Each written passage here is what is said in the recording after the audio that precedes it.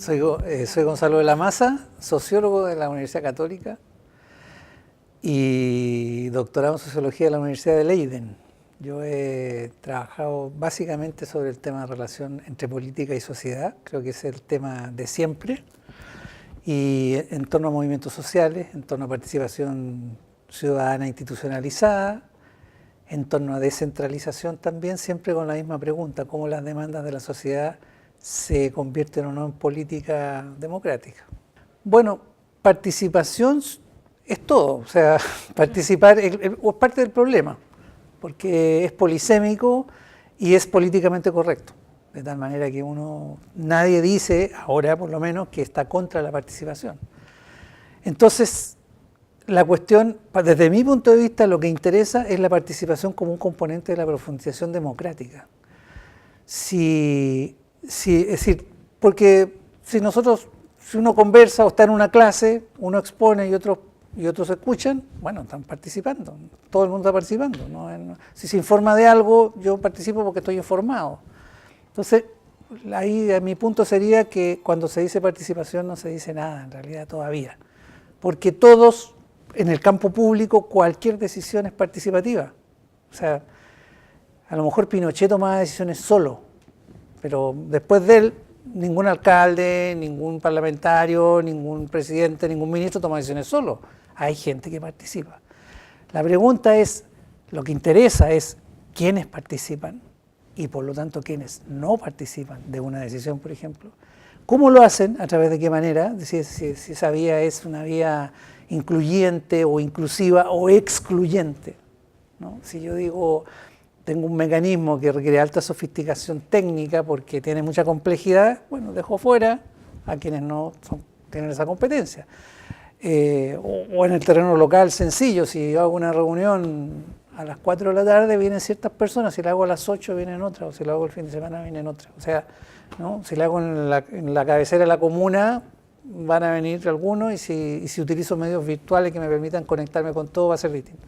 Entonces los medios también son importantes y finalmente, ¿qué consecuencias tiene la participación?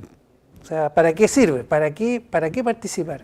Entonces, si pensamos en términos de profundización democrática, que es una manera de pensar esto, porque participación, como digo, puede ser cualquier cosa, es pensar un complemento, un complemento de la representación, es pensar que hay mecanismos que la representación, tal y cual la ha entendido el liberalismo históricamente, no es suficiente para dar cuenta de los requerimientos digamos, democráticos para tomar decisiones. Cada país tiene sus tradiciones de participación y Chile tuvo una tradición durante fundamentalmente el siglo XX, gran parte del siglo XX, en la cual la participación ciudadana se ejercía fundamentalmente a través de la relación entre movimientos sociales organizados, partidos políticos institucionalizados y Estado activo, llamémoslo así.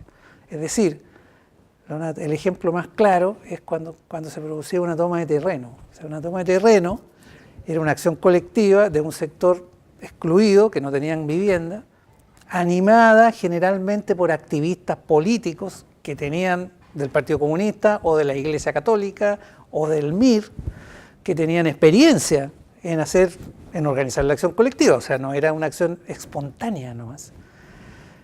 Se tomaba el terreno, lo primero que se hacía, y se hace hasta el día de hoy, si se toma un terreno, es plantar una bandera chilena. O sea, ¿qué es eso? Eso quiere decir, nosotros también somos chilenos. Tenemos derechos a por ser chilenos tenemos derecho a tener vivienda y que el Estado la provea. Inmediatamente se hacían presentes dos actores, las fuerzas policiales, que intentaban, porque era una acción ilegal, y los parlamentarios, los representantes, los curas, todos los intermediadores que estaban en condiciones de intermediar. ¿Para qué? Para que la represión no sacara a la acción colectiva ilegal, no la desplazara, y para ver si podían generar una mediación de tal manera que se comprara el terreno, que se incorporaran a una política, y uno iba a cualquier toma de terreno después de que no la desalojaban, después de 5 años o 10 años, y ya habían viviendas, o habían luminarias, o habían servicios, o había escuelas, o había algo. Y en el relato de los dirigentes siempre va a estar eso. Nosotros peleamos para... Ese modelo, ese que tenía muchos problemas, pero que era un modelo en términos generales que funcionaba, se rompió con el golpe militar, evidentemente. Yo diría que en la lucha democrática, durante los 80, la participación no era tema. Nosotros no hablábamos de participación porque retorno a la democracia y lucha contra la dictadura significaba básicamente dos cosas: recuperar la participación y cambiar el modelo económico. O tres, echar a Pinochet, que era el requisito, recuperar la democracia. Y eso, por lo tanto, la participación se iba a recuperar por esa misma vía. Bueno, el resultado no fue ese. O sea, Pinochet salió del gobierno, pero se mantuvo su institucionalidad y la transición se realizó a través de un acuerdo que justamente suponía restringir los márgenes que la democracia tenía para que se pudiera ejercer esa participación. Básicamente una democracia de baja intensidad, o sea, una democracia elitista y de baja intensidad. Una democracia en la cual los sujetos únicos y exclusivos son los sujetos del sistema político institucional, que estaban además articulados en torno a dos grandes bloques, y por lo tanto un sistema de equilibrios que no admitía otros actores. Entonces, el problema de la participación en Chile, institucional, digamos, como un componente de la democracia, es que no está en el diseño. Es decir, el diseño de la transición y su ejercicio hasta ahora, en cierto modo, es que hay un conjunto de actores que toman las decisiones que son, por definición, pocos y representativos y que tienen el derecho a hacerlo, y la participación a lo más es un asunto adicional que sirve para dinamizar algunas cosas, para descomprimir tensiones, o en asuntos de poca importancia. Eso se refleja, por ejemplo, en que todos los mecanismos existentes son todos de carácter consultivo. No existe, salvo el plebiscito comunal de origen ciudadano, que sus resultados podrían ser vinculantes, de los cuales ha hecho uno desde el año 99, que está vigente eso, ley de municipalidades. En 20 años se ha hecho uno, el de la comuna de Vitacura. Salvo ese, todas las demás. Entonces, todas las demás institucionalidades es consultiva, pero eso no es casual, es que hay un diseño así que todavía no se ha modificado. El Consejo Nacional de Participación Ciudadana fue una instancia que digamos, responde más bien a la lógica de una comisión, aunque se llama consejo, que era la idea de que esto se debiera institucionalizar como consejo también, al modo del Consejo de la Transparencia, debiese existir una institución que velara para que el Estado cumpla su deber de participación, pero eso todavía no existe. Funcionó durante el año 2016 y elaboró un informe de consenso, sin disensos, fueron 24 dirigentes de la sociedad civil, donde se pronuncia, digamos, el diagnóstico dice, a pesar de que hace muy poco tiempo se dictó la ley 20.500, porque la ley se dictó en 2011, se reglamentó en 2012, o sea, tiene una aplicación ahora de no más de 6 años, sin embargo, esa ley requiere modificaciones para dar cuenta de algunos de los problemas que hemos estado conversando. O sea, para hacer un canal legítimo para las personas que sientan que tienen la posibilidad de incidir en decisiones. Y para eso el Consejo valora la 20.500 porque dice, bueno, fue un avance. Por ejemplo, se conformaron consejos de sociedad civil en gran parte de los ministerios y servicios. Se conformaron consejos de organizaciones de la sociedad civil en los municipios. En fin, o sea, se crearon unidades de participación en los servicios que se preocupan de este tema. Hay metas, en los gobiernos se plantean metas a cumplir, etc. Pero aún así es una legalidad, en primer lugar, que se restringe a lo consultivo, primero. Segundo, y por lo tanto no tiene dientes. Segundo, no tiene financiamiento para ejercer sus labores. Tercero, no tiene sanción si no es lleva a cabo, por lo tanto ya eso linda casi en decir es decorativa, porque el Contralor, que fue a una audiencia con el Consejo, nos dijo, si un alcalde no forma el COSOC, no puedo actuar, no tengo competencia para actuar. Entonces, una ley que no tiene sanción es casi como que no fuera ley. Entonces, si bien existe eso, se requiere como un paso adelante mucho más profundo. Entonces, el Consejo hace recomendaciones en 3 ámbitos. El primero es el ámbito constitucional. Considera de que hay que cambiar el enfoque sobre la participación, que la participación no es un mecanismo para que la gente informe a la autoridad un poco cuáles son sus demandas y la autoridad vea qué es lo que hace. Entonces, el primero es, la participación es un derecho que debe estar resguardado en un texto constitucional. Y nosotros pensamos de que debería haber una constitución que así lo establezca. Y eso debiera expresarse en algunas instituciones de democracia directa. Y nosotros, el Consejo hace básicamente dos líneas. Una, el de la representación, que es, digamos, que es el voto programático y la revocatoria de mandato, al cual nosotros le agregamos para las autoridades locales un plan de acción. Voto programático, yo declaro lo que voy a hacer, si soy electo convierto eso en un plan de manera participativa, como se hace en Colombia, y tercer paso, si eso no se cumple, bajo ciertas condiciones hay la posibilidad de revocar ese mandato. Y la otra línea es la legislación, iniciativa ciudadana de ley o iniciativa popular, que hay proyectos en el Parlamento, pero no hay ninguno aprobado, y iniciativa ciudadana, discusión parlamentaria, y luego revocatoria o abrogación, como dicen los abogados, de una ley, como por ejemplo la ley de pesca, bajo ciertas condiciones poder solicitar que una ley sea... Bueno, entonces ese es como el plano político general. Eso debiera dar, si nos vamos a decir, bueno, ¿y qué es lo posible antes de que eso suceda, antes de que haya una nueva constitución? Ampliar las posibilidades de los plebiscitos locales que ya existen en la ley. No se pueden hacer plebiscitos en periodos electorales. Nosotros razonamos al revés, decimos, ¿y por qué no hacemos justamente en la elección plebiscitos locales que permitan que los candidatos se pronuncien frente a ellos y al mismo tiempo la gente se interese por ir a votar, ya que va a ir a votar en una consulta que hacen en lo Hermida sobre tal cosa o en lo que sea, ¿no? La segunda bloque de propuestas se refieren a la ley 20.500. Y de nuevo, ahí hay muchas propuestas. Una, por ejemplo, darle a los COSOC, estos consejos de organización de la sociedad civil, un papel rector en materia de participación. O sea, si hay un consejo de la sociedad civil en el Ministerio de Agricultura, que ese sea el ente que establezca los estándares de participación, que regule, que sea de consulta obligada, por lo menos en sus áreas de competencia. Sobre lo vinculante o no, el Consejo plantea, los consejos debieran ser vinculantes en algunas cosas, consultivos en otras, deliberativos e incidentes, según la materia, y plantea un conjunto. Esto sobre la base de estándares de derechos humanos que se plantean para todos los mecanismos. Y esto tiene que ver con lo primero que planteé. O sea, decir que algo es participativo o que es de organizaciones de la sociedad civil no es decir nada. ¿Ah? O sea, no, hay que fijarse estándares, y la normativa internacional de derechos humanos fija estándares. Nosotros proponemos ahí 6 grandes criterios que se desagregan y podrían tener, si hubiera un monitoreo de eso, ir viendo si vamos avanzando o no. Bueno, entonces se plantea sobre la 20.500 una serie de cosas relativas a los consejos, relativas a tener sanción y financiamiento, que sería lo más directo y rápido hoy.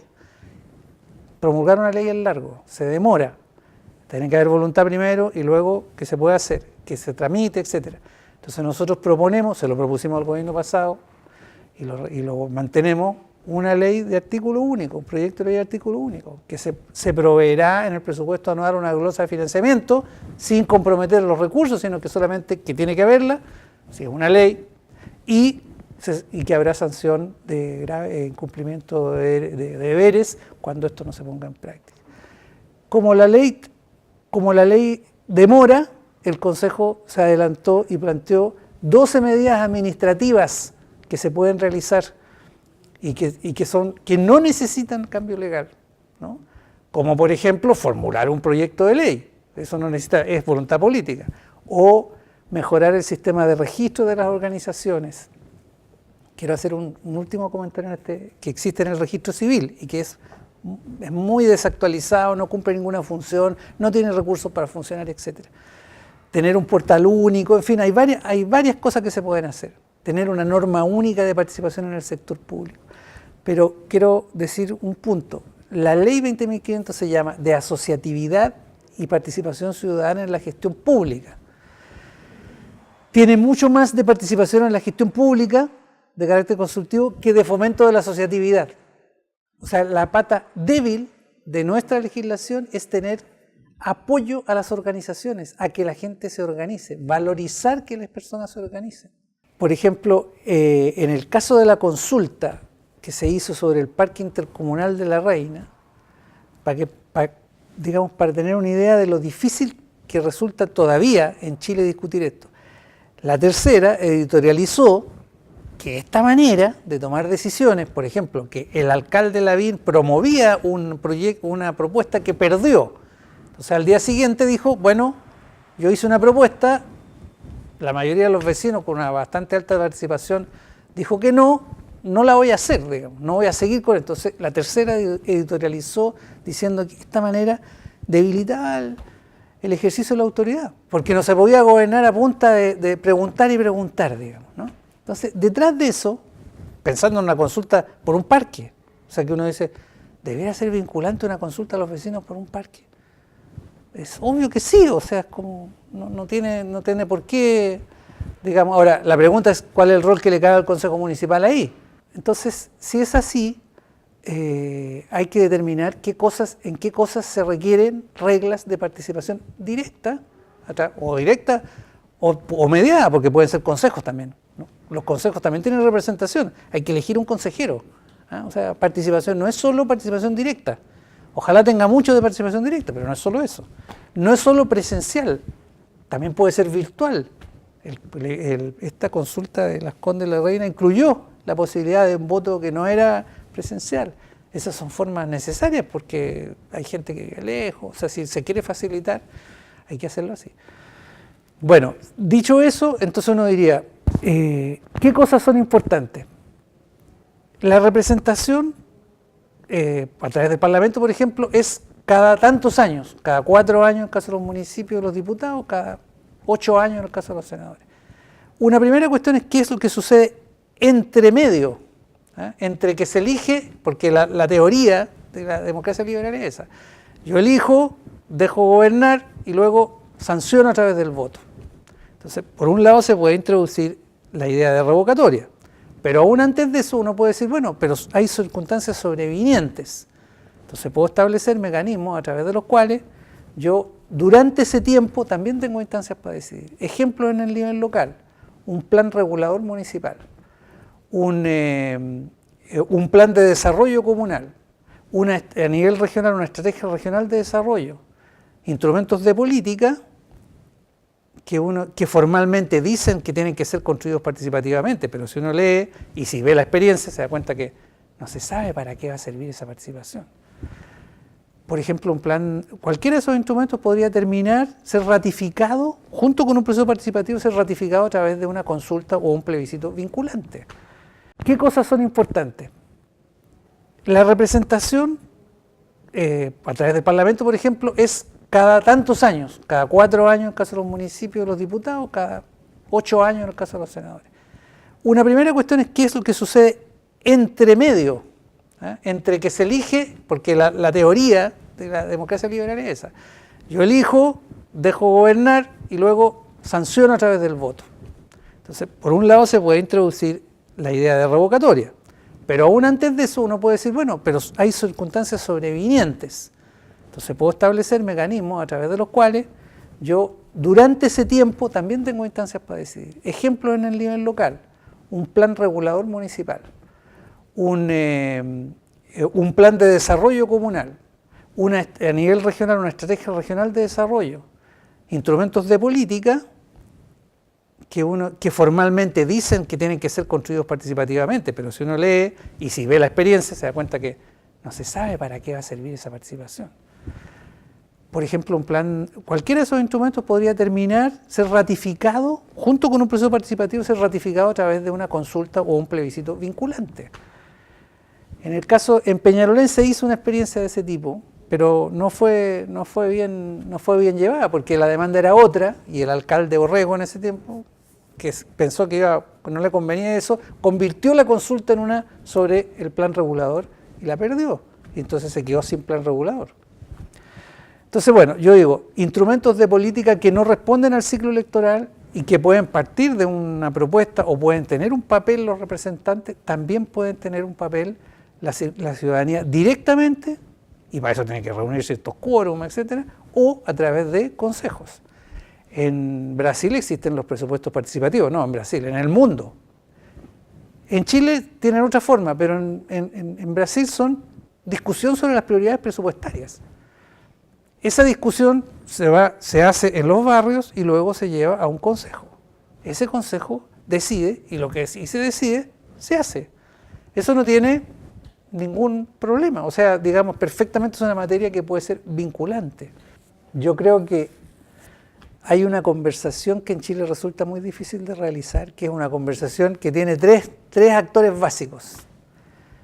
El decisor político, el alcalde, el responsable, digamos, político, el técnico y el ciudadano de a pie, para decirlo en términos así como bien.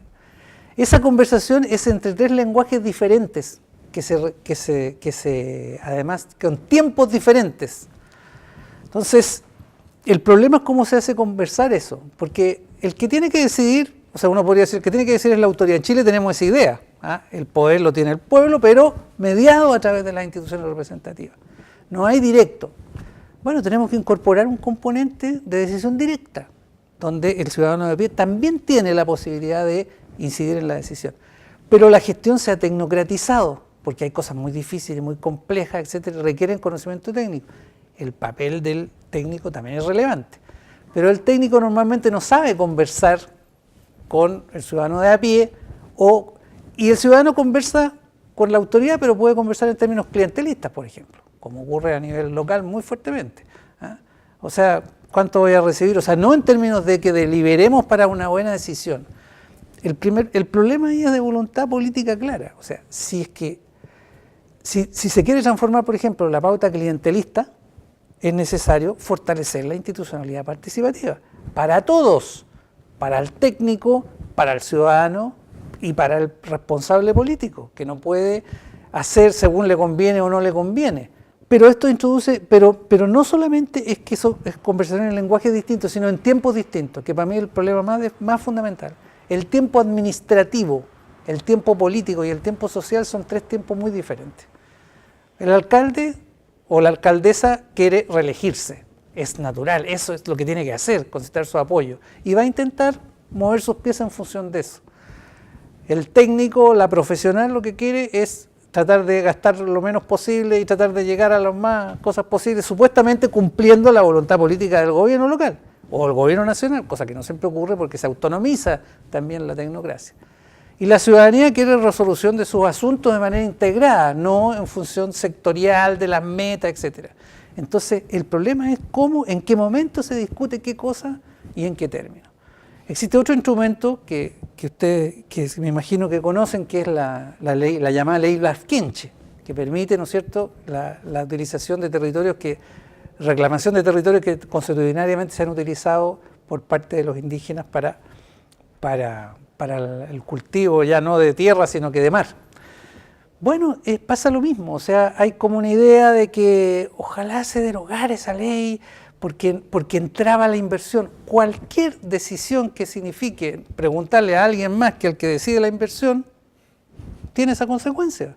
O sea, no se podría establecer ninguna regulación. Entonces siempre la discusión es como que hay que eliminar los lomos de toro, hay que acortar los procesos, hay que bajar la regulación ambiental. Entonces, yo digo, bueno, el proceso de participación en sí mismo es interesante, pero tiene que estar en un marco acordado consensualmente. Si estamos de acuerdo en que Chile tiene que ser un territorio donde se extraigan todos los recursos a como dé lugar, es difícil que un proceso participativo, porque eso le interesa a quienes van a obtener la renta de eso. Hay otras situaciones en otros países donde también eso lo hace el Estado, como ocurre en Bolivia, por ejemplo. En Bolivia los conflictos son porque el gobierno dice, no, primero tenemos que acumular y después hablamos. Entonces, por lo tanto, no quiero participación salvo que me apoye mis proyectos. Entonces el problema es mayor. Entonces yo digo, aquí se necesita un marco político y en eso creo que yo siempre veo que en este tema estamos un poco que sí y un poco que no. Es decir, el convenio 169 se aprobó, se ratificó finalmente después de mucho tiempo. Inmediatamente se le puso un reglamento que lo limitara. Con la 20.500 más bien el resultado fue que la ley era muy débil. También se trató de limitar en el reglamento, eso se logró evitar, pero la ley es muy débil, por las cosas que les decía. En el caso del sistema de evaluación de impacto ambiental se ha reformado, pero no muy fuertemente en esto. O sea, los pasos que habría que dar, en cualquier caso hay que pasar a un 2 o un 3.0 en esto. O sea, pensemos en el nivel regional.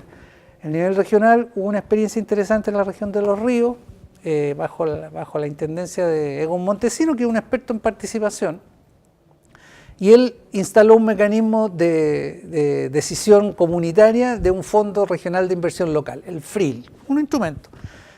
Y estableció que logró que el Consejo Regional renunciara a el 30% de los fondos del FRIL y se pusieran a disposición de las organizaciones, las comunas. Es algo perfectamente posible de hacer. O sea, lo hicieron y resultó bien y está bien evaluado, etcétera. Pero no se replica. Se replicó en Tarapacá, pero no. Esa propuesta, o sea, uno podría decir, vamos en serio, hablemos en serio. O sea, tenemos fondos de inversión local, ahí vamos a ser vinculantes. Se desconfía de los plebiscitos nacionales porque se piensa que son más bien los dictadores que utilizan. Fortalezcamos lo que tenemos, el plebiscito comunal. O sea, ese instrumento ya lo tenemos, pero hagámoslo efectivo.